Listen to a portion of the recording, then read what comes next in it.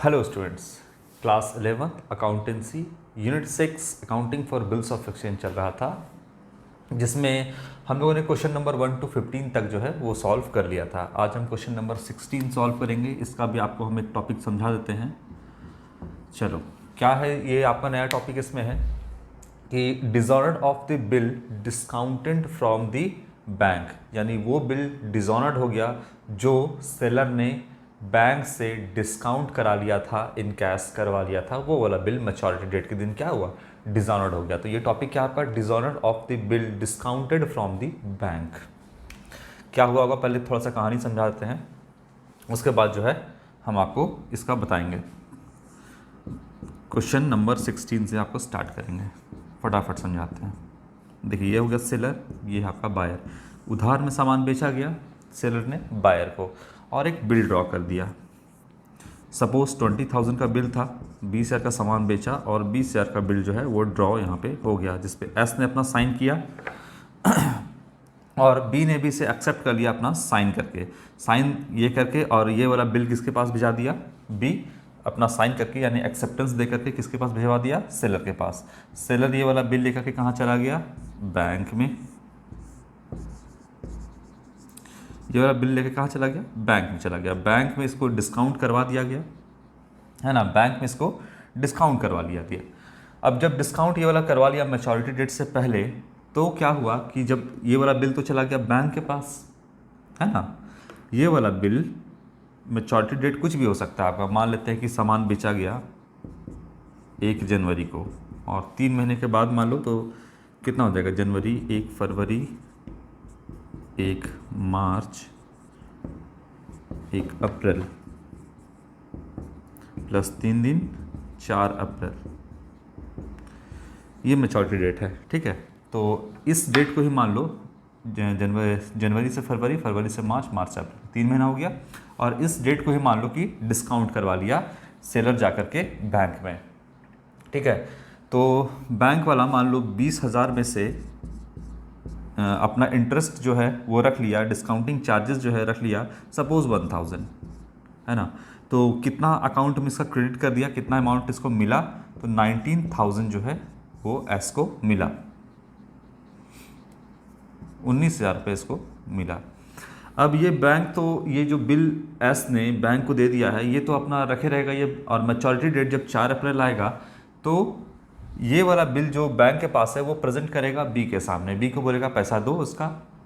B क्या कर दिया कि मना कर दिया कि हम पैसा नहीं दे पाएंगे। तो जो बिल डिस्काउंट पहले ही करवा लिया 1 जनवरी को, और बैंक वाला जब 4 अप्रैल को उसके पास जा कर के अपने एजेंट को भेज करके बिल का पैसा मान लो उससे मंगवाया, तो वो बिल का पैसा देने से मना कर दिया, तो इसके पास जो बिल था वो डिसऑनर्ड हो गया। ठीक है, तो वही यहाँ पे कहता है dishonour of the bill discounted from the bank. तो वो बिल जो कि बैंक से डिस्काउंट पहले ही करवा लिया गया था, वो क्या हो गया, डिसऑनर्ड हो गया। तो क्या जनरल एंट्री पास करेंगे इसमें? चलो, टॉपिक समझ में आ गया ना आपको कि सामान बेचा गया, बिल ड्रॉ किया गया, ये बिल को डिस्काउंट करवा लिया गया, और डिस्काउंट करा के इसके अकाउंट में कितना पैसा आ गया, बैंक वाला पैसा दे दिया 19,000 रुपया। तो ये जो आपका 19,000 रुपये बैंक वाला दे दिया और 1,000 रुपये अपना इंटरेस्ट रखा, वो क्या हो गया, मैच्योरिटी डेट के दिन डिसऑनर्ड हो गया। तो बैंक वाले का नुकसान। तो बैंक वाला क्या करेगा, ये वाला क्या पैसा वापस कर देगा?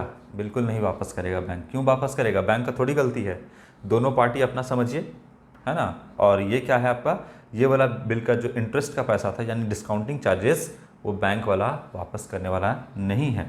ठीक है, फिर क्या करेगा, यहाँ पर हो सकता है कि एस जो है एक नया बिल यहाँ पे ड्रॉ कर दे। फिलहाल जितना कहानी है हम क्वेश्चन से समझते हैं।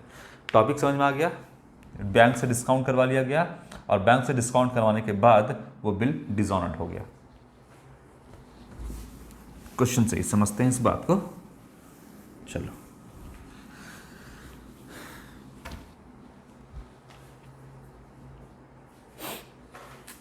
देखिए, एकदम स्टेप बाय स्टेप चलेंगे। एक क्वेश्चन हम आपको इसका सॉल्व करवा देते हैं।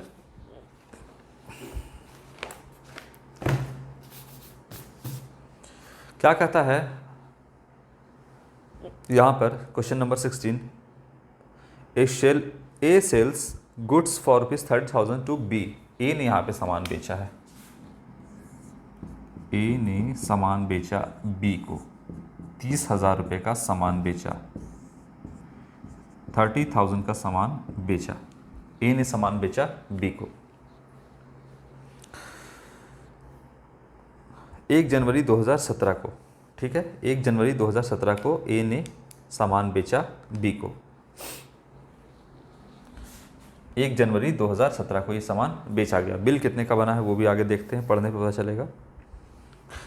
And on the same day draw a bill on B at 3 months for the amount. तो 3 महीने का 1 जनवरी 2017 को सामान बेचा गया और ए ने बिल को क्या किया, एक बिल को ड्रॉ कर दिया 30,000 रुपये का। ए ने साइन किया, बी ने इसके ऊपर साइन करके क्या किया, बी ने अपना एक्सेप्टेंस देके साइन करके ये वाला बिल किसके पास भेज दिया, ए के पास। कब बेचा था इस बिल को, मतलब इस सामान को कब बेचा गया, 1 जनवरी 2017, यही है ना। और इसका मैच्योरिटी डेट 3 महीने के बाद बोलता है, तो 1 जनवरी से 1 फरवरी, 1 फरवरी से 1 मार्च और 1 मार्च से 1 अप्रैल, अभी जो मैंने किया था, और 3 दिन, तो 4 अप्रैल 2017 ये डेट ऑफ मैच्योरिटी आपका आता है, 4 अप्रैल 2017। ठीक है, जैसे जैसे क्वेश्चन करता है वैसे वैसे हम करते जाएंगे। 3 महीने का हो गया। बी एक्सेप्ट इट, बी ने इस बिल को एक्सेप्ट कर लिया, मतलब अपना साइन कर दिया इसके ऊपर। एंड रिटर्न इट टू ए, और ये बिल किसको रिटर्न कर दिया, ए को, अपना साइन करके रिटर्न कर दिया ए को। Who discounts it on 4 February 2017 with his bank at 18% per annum.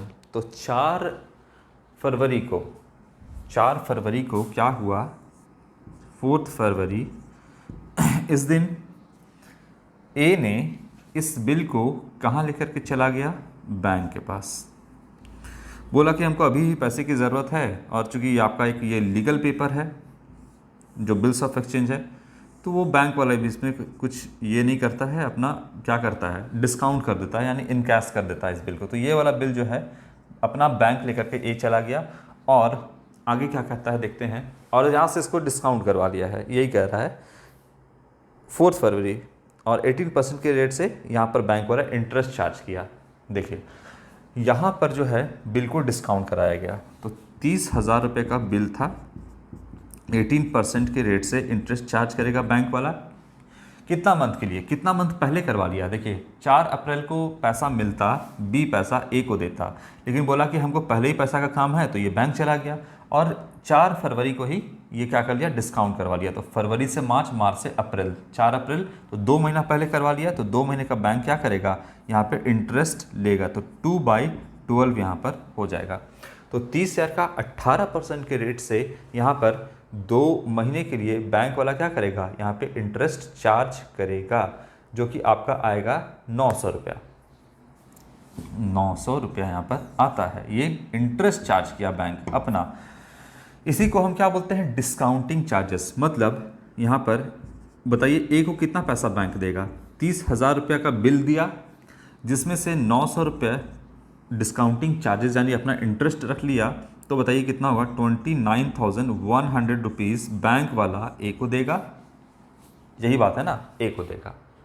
ठीक है, ये तो डिस्काउंटिंग चार्जेस। अब क्या हुआ, डिसऑनर्ड वाला केस है, इसमें देखते हैं आगे क्वेश्चन क्या कहता है, उसके हिसाब से चलेंगे।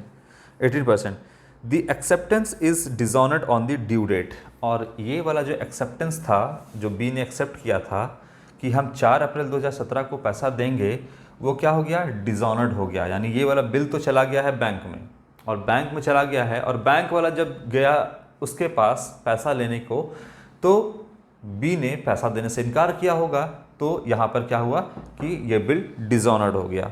और बैंक वाला कितना पे कर दिया, बैंक वाला यहाँ पर देखिए 200 रुपया नोटिंग चार्जेस पे किया। यहाँ पर बैंक वाला क्या कर दिया, नोटिंग चार्जेस 200 रुपये यहाँ पर पे किया। ठीक है, देखिए यहाँ पर आप समझिएगा बात को कि बैंक वाला को कोई लेना देना नहीं है, बैंक वाला अपना सारा पैसा रिकवर कर लेगा, किससे रिकवर करेगा? जो लेकर के आया था उससे। लेकिन गलती किसकी?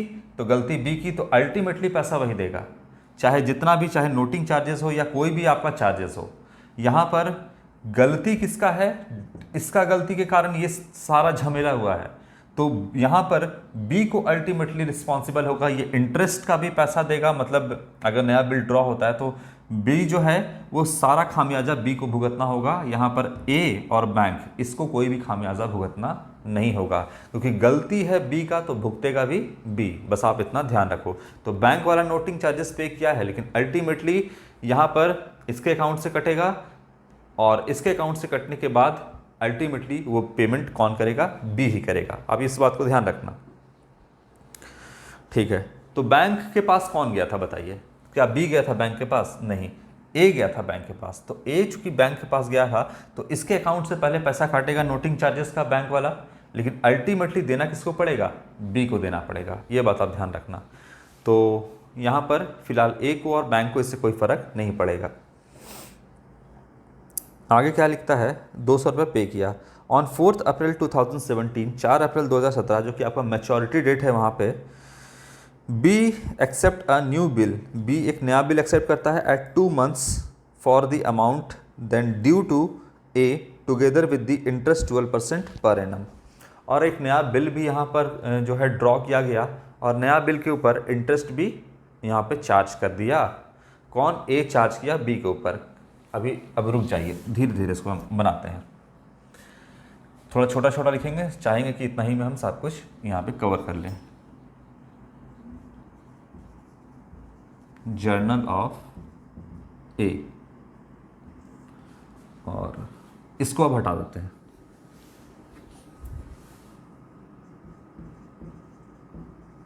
Journal of B.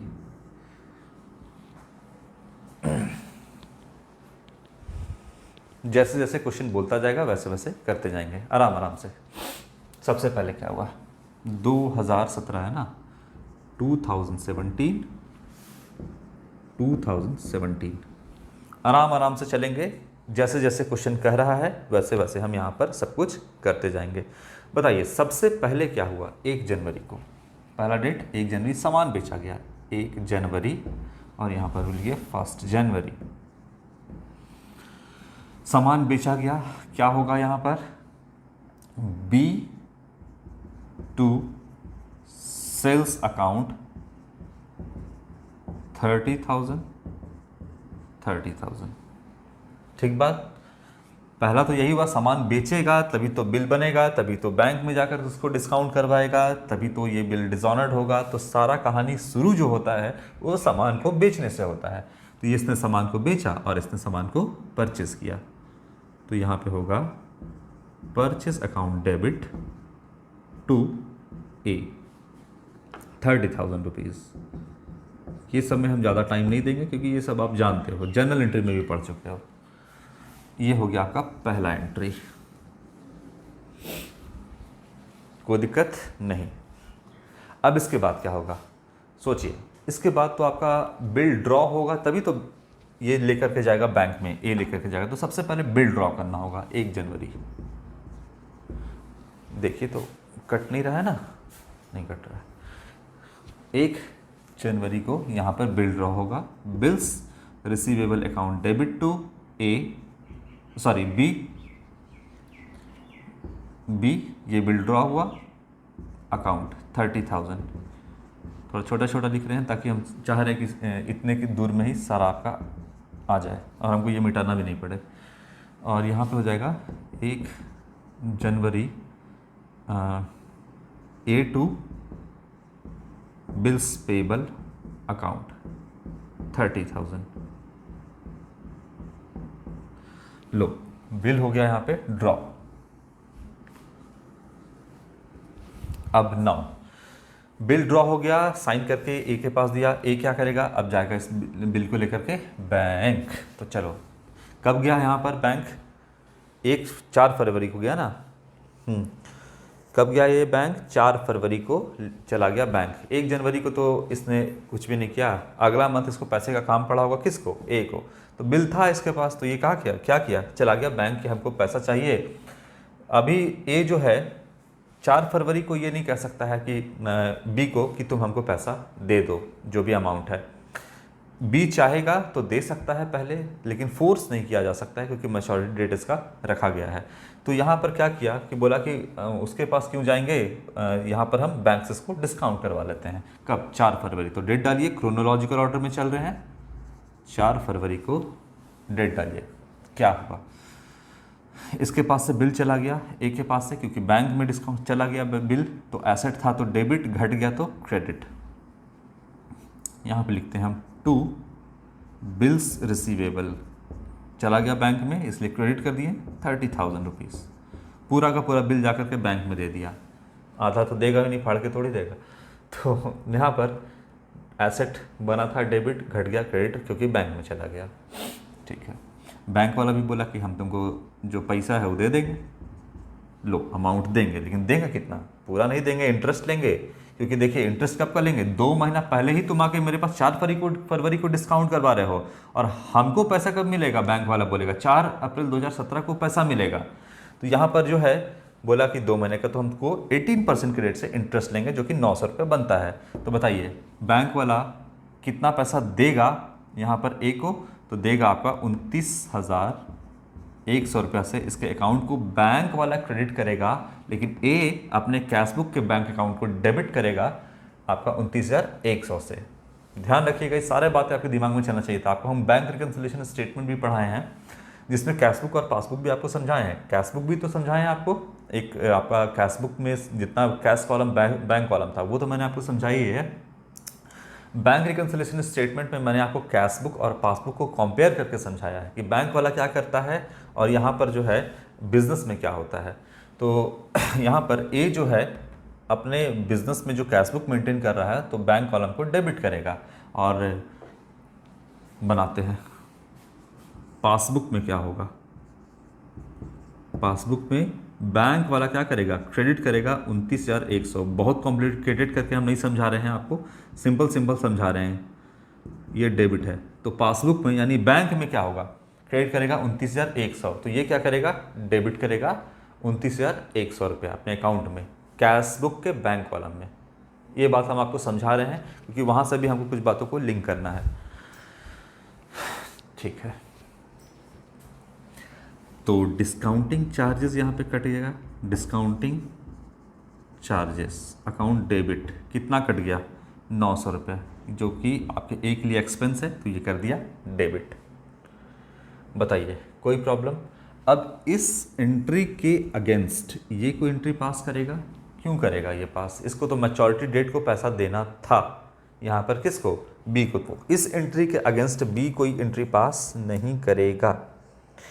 क्लियर है बात, क्यों नहीं करेगा, क्योंकि ये तो बैंक में जाकर के डिस्काउंट करवा लिया ना, तो वो क्यों करेगा। चलो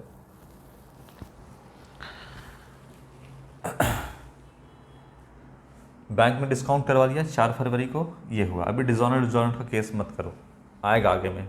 अब क्या हुआ 4 फरवरी के बाद, अब समय का इंतजार करो। समय बीता गया और मैच्योरिटी डेट आ गया कब, 4 अप्रैल 2017। यहाँ पे लिखो 4 अप्रैल 2017 ये डेट आया।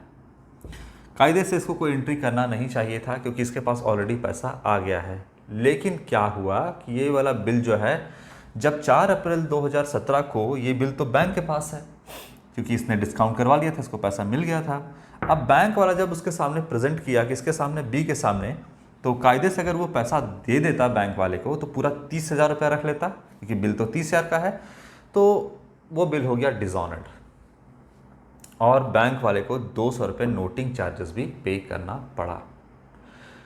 चलो, तो हम अब बनाएंगे डिसऑनर्ड का एंट्री के, डिसऑनर्ड कैसे हुआ और नोटिंग चार्जेस कैसे पे करना पड़ा। सबसे पहले बी को पैसा देना था कितना, यहाँ पर 30,000 रुपये, तो यहाँ पर हम बी को क्या करेंगे, डेबिट करेंगे, फिर से डेटर बनाएंगे।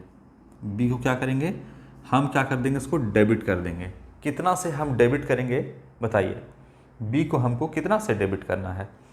तो बिल का पैसा था 30,000 रुपया, ठीक है, और 200 रुपये नोटिंग चार्जेस यहाँ पर पे किया। कौन पे किया, बैंक वाला, लेकिन अल्टीमेटली भरना किसको पड़ेगा, बी को। तो बताइए कि बी को यहाँ पर हम डेटर कितने से बनाएंगे। फिर से यहाँ पे देखिए, यहाँ पे बी था, इसको हम क्या कर दिए, कैंसिल करने के लिए डेबिट कर रहे हैं।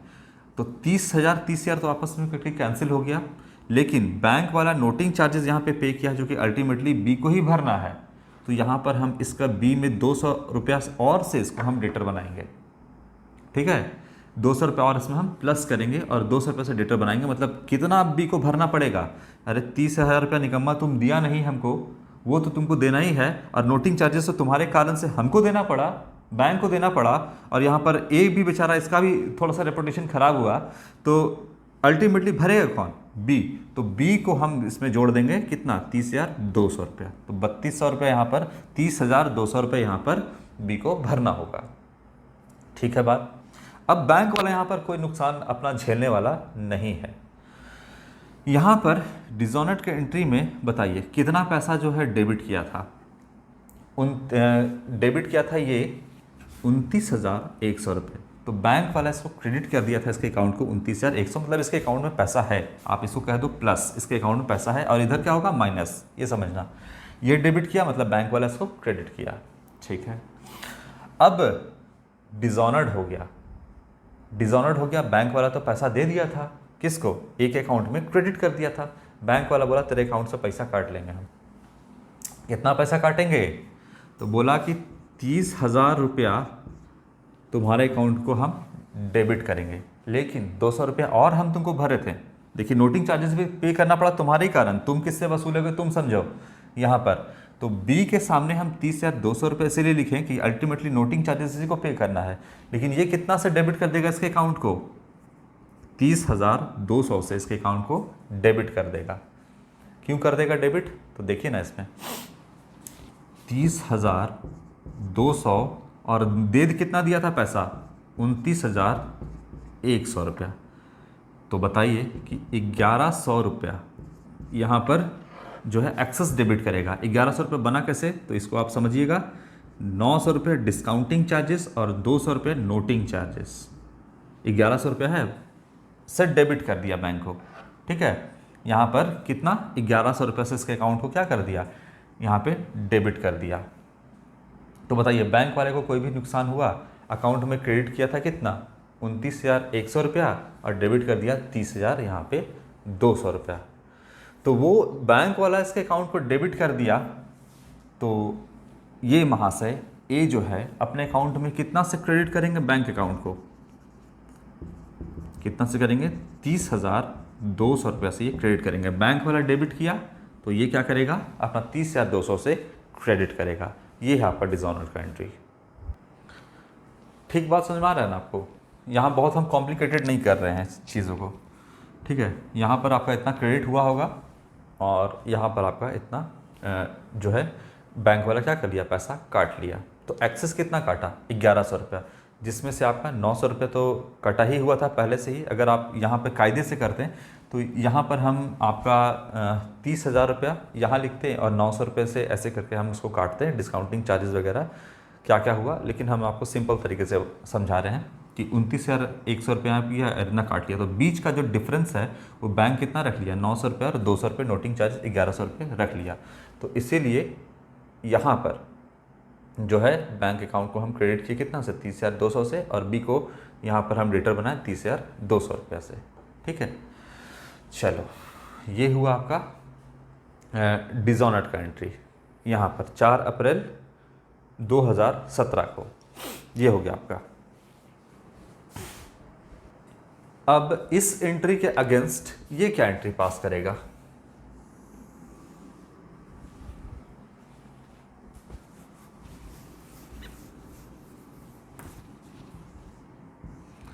ये क्या एंट्री पास करेगा 4 अप्रैल को,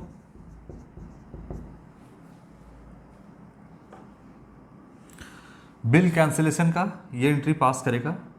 bills payable account debit to A, entry को रिवर्स कर देगा कितना से, 30,000 से। लेकिन नोटिंग चार्जेस भी यहाँ पर जो है वो पे करना पड़ा, किसको, बी को पे करना पड़ेगा। तो देखिए बी में ये क्या है, एक तो डिसऑनर्ड का 30,000 रुपये और 200 रुपये नोटिंग चार्जेस। तो यहाँ पर जो है लिखेंगे नोटिंग चार्जेस अकाउंट कितना 200 रुपया, और बिल कितने से कैंसिल किए 30,000 रुपये से। तो टोटल ए को कितना देना पड़ेगा 30,200 रुपया।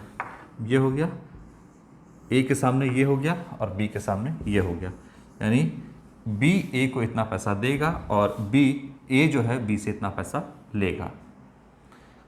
कोई प्रॉब्लम नहीं यहाँ तक। इसके बाद चलो अब बात होगा क्या, ये तो हो गया डिसऑनर्ड वगैरह। अब बात होगा इंटरेस्ट का कि भाई जो तुमको हम नया डेट दिए हैं, बताइए कितना मंथ के बाद है नया वाला बिल जो है, वो 2 महीने के बाद है। तो 2 महीना यहाँ से काउंट करो,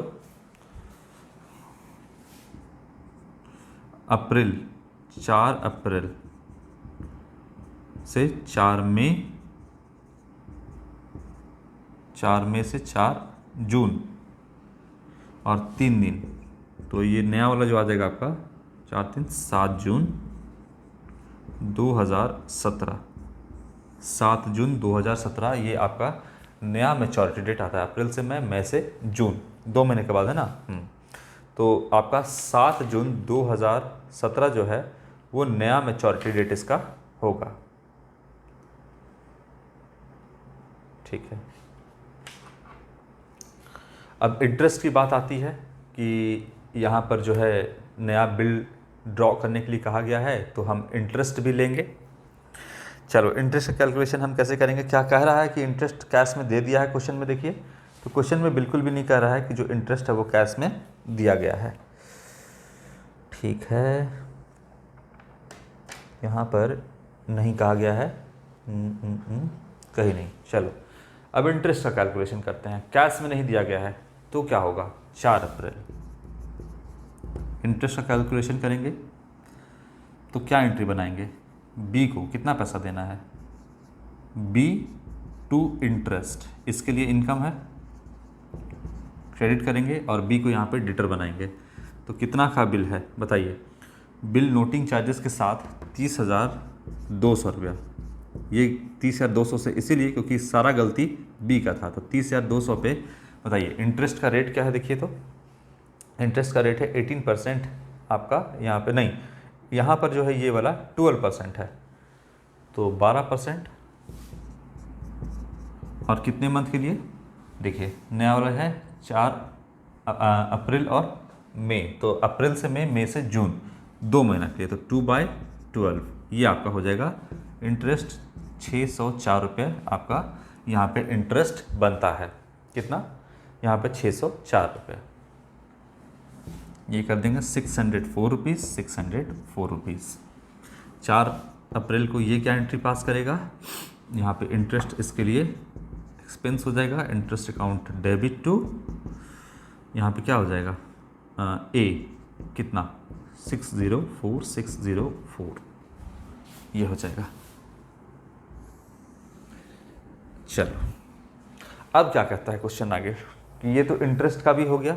अब क्वेश्चन कहता है कि नया बिल जो है वो ड्रॉ कर दिया जाएगा, नया बिल यहाँ पे ड्रॉ किया जाएगा। देखिए साफ साफ लिखता है यहाँ पे क्वेश्चन में क्या कि 4 April 2017 B accept a new bill at 2 months for the amount then due to यहाँ पर ए together with interest 12% per annum. तो नया बिल यहाँ पर ड्रॉ किया जाएगा। पेमेंट की बात नहीं कर रहा है कि ड्यू डेट को पेमेंट, यानी जो नया वाला बिल का है आपका इस डेट को पेमेंट होगा या नहीं, इस बात को नहीं कह रहा है क्वेश्चन। तो हम भी उसका एंट्री पास नहीं करेंगे, बस हम बिल बना देंगे यहाँ पर।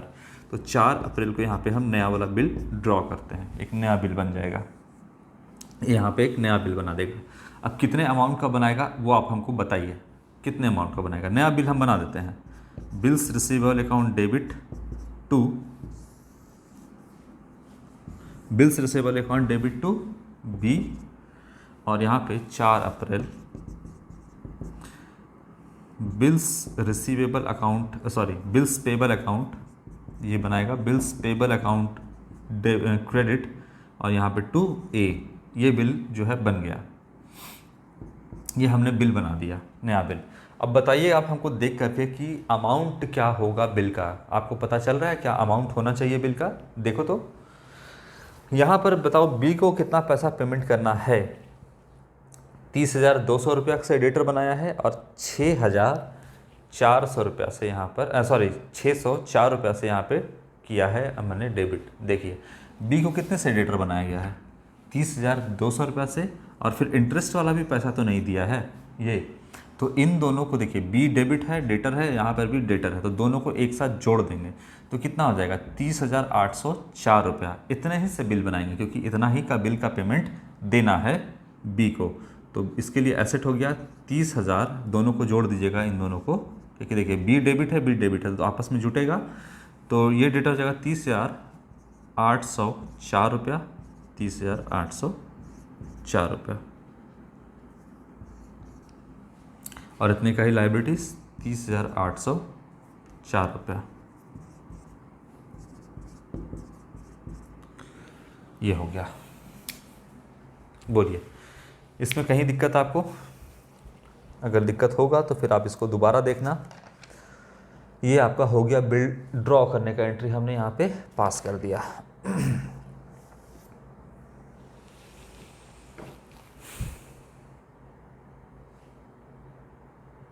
चलो, तो ये क्वेश्चन मैंने आपको बताया, इसको आप खुद से बना करके देखना और समझने की कोशिश करना कि किस तरीके से डिसऑनर्ड कंट्रीज में पास किया गया है और बैंक वाला क्या क्या करेगा, और यहाँ पर ए को अपने बुक्स ऑफ अकाउंट में क्या करना है, बैंक वाला क्या करेगा हमको उससे मतलब नहीं है। ए अपने बुक्स ऑफ अकाउंट में क्या एंट्री पास करेगा, बी क्या पास करेगा, हमको ये देखना है।